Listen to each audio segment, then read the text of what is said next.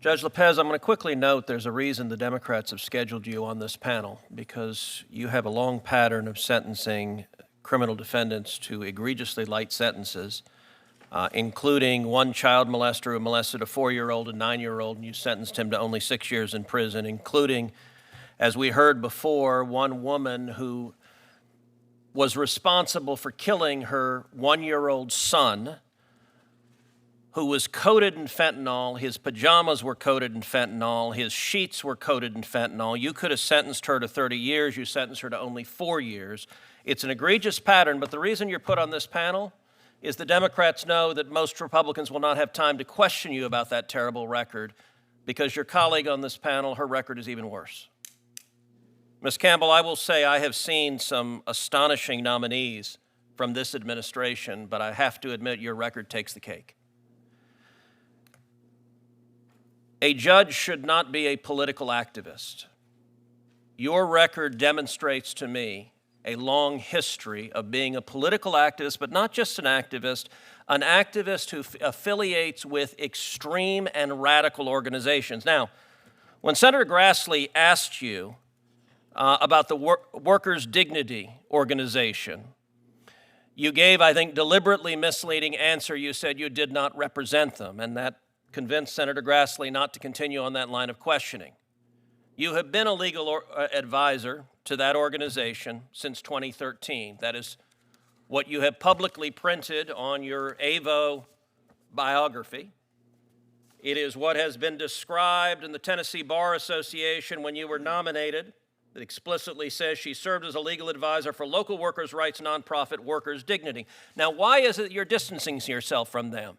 The reason is because they are utterly radical. If you look at this group that you've served as the legal advisor for over a decade, this is an openly Marxist organization. This is a communist organization. Now, those words are not said lightly. According to their own characterization of their views,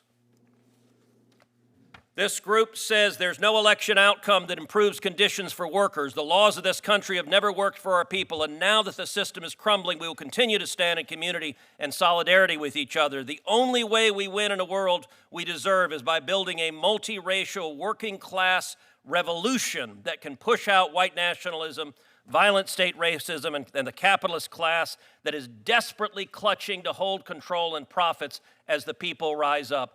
Why have you spent a decade as a legal advisor to an openly communist and Marxist organization?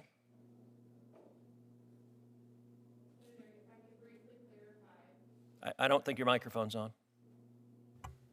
I apologize, Senator. If I could briefly clarify, more than a decade ago, probably for the course of 2 or 3 years, I served on an advisory board that helped this, at the time, was supposed to be a nonprofit workers' rights organization get set up and get started. Did you know they were a communist organization? Senator, at that time, they did not express these kinds of views. It was an organization. So this is new. This wasn't the case then. Yes, and I have not been affiliated with them in more than a decade. You're aware that your current profile that you have up, your legal bio, says you are right now an advisor to them. I apologize for any confusion about that. So your testimony under oath, and that's all right, the facts will come out, but your testimony, I want to make it explicit.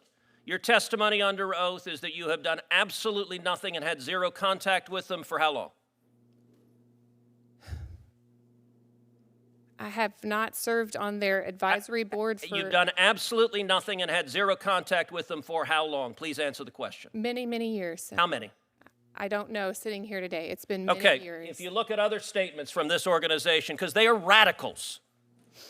They are radicals. If you look also, this is the same group in 2020. They called for abolishing ICE, abolishing prisons and detention centers, and abolishing the police.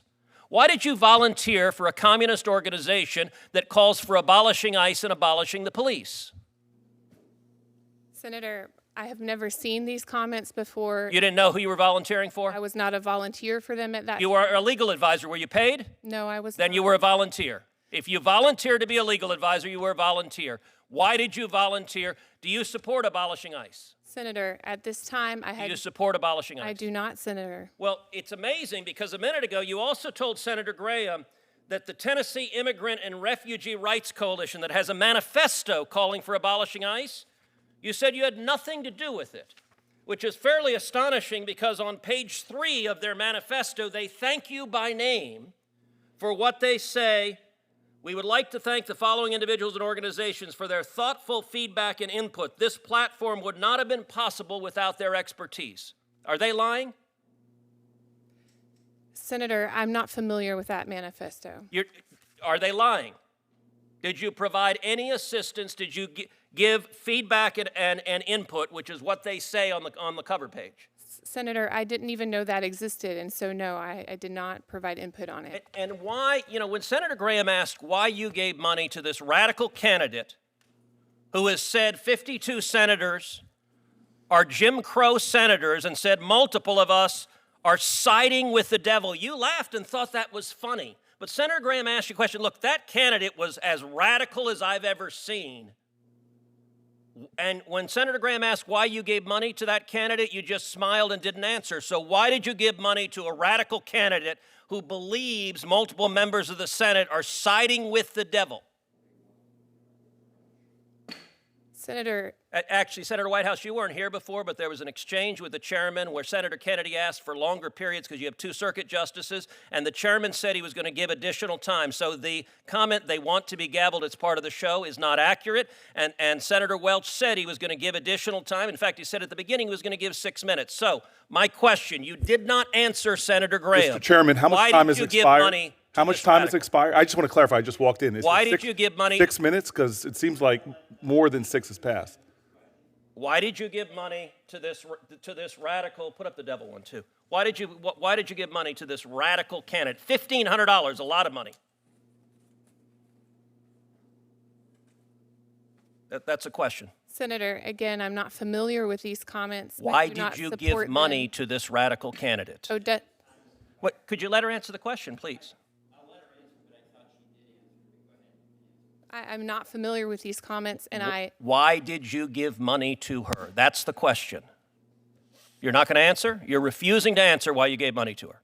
Senator, I'm not familiar with these That's not an answer. My answer is, why did you? What is the affirmative reason? You gave $1,500. There was something you saw in her that you said, this needs $1,500. Why? Please answer that Senator's question. time has expired. Would you please ask the witness to answer the question? She's refusing to answer it. It's indefensible, but answer. Was there any reason? Or you just give $1,500 to anyone? Senator, your time has expired. I would like her to answer the question. And you said she could answer the question. She has refused to do so multiple times. Please answer the question, Ms. Campbell. She answered the question. No, she did not. She said she didn't know those comments. That's not why she gave the money. Senator. Can I ask you why she gave the money? No. You don't know because she hasn't answered.